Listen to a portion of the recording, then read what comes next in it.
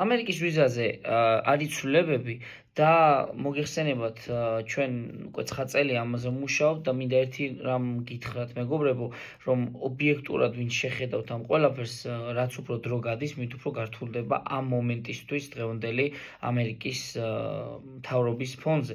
დღევანდელი მოცემულობით 1 ოქტომბრიდან ევროკავშირში და მთლიან ევროპაში, კონკრეტულად ესპანეთში შემოვიდა ეს ვიზა ინტეგრიტი ფის დანამატი.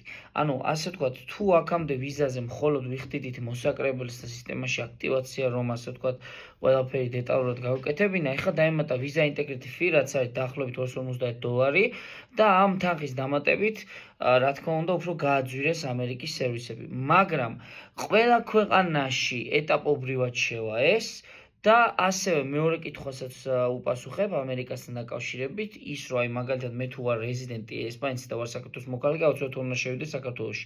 არა, ამ შემთხვევაში უნივერსალობის კანონი არ არის, რაც გეჩერეთ შეხვიდეთ, მაგრამ ის უნივერსალობის კანონი, რაც რომ აი თუ ხარ საქართველოს მოქალაქე, საქართველოში უნდა შეხვიდე, ნოემბრიდან შევა ძალაში, ამიტომაც ვინც ამერიკაზე ხართ დაინტერესებული და აქაური რეზიდენტები ხართ ესპანეთის ან ევროკავშირის, მაშინ შეგვიძლია ვიმუშაოთ ამ თემაზე, შეგიძლიათ WhatsApp-ში მომმართოთ COVID-19 ნომერზე და მე მაქსიმალურად ვეცდები დაგეხმაროთ და ყველა საკითხი დეტალებში განვიხილოთ. მადლობა თქვენი ყურადღებისთვის, პატივისცემით თქვენი იურისტი ლუკა რუსტომაშვილი.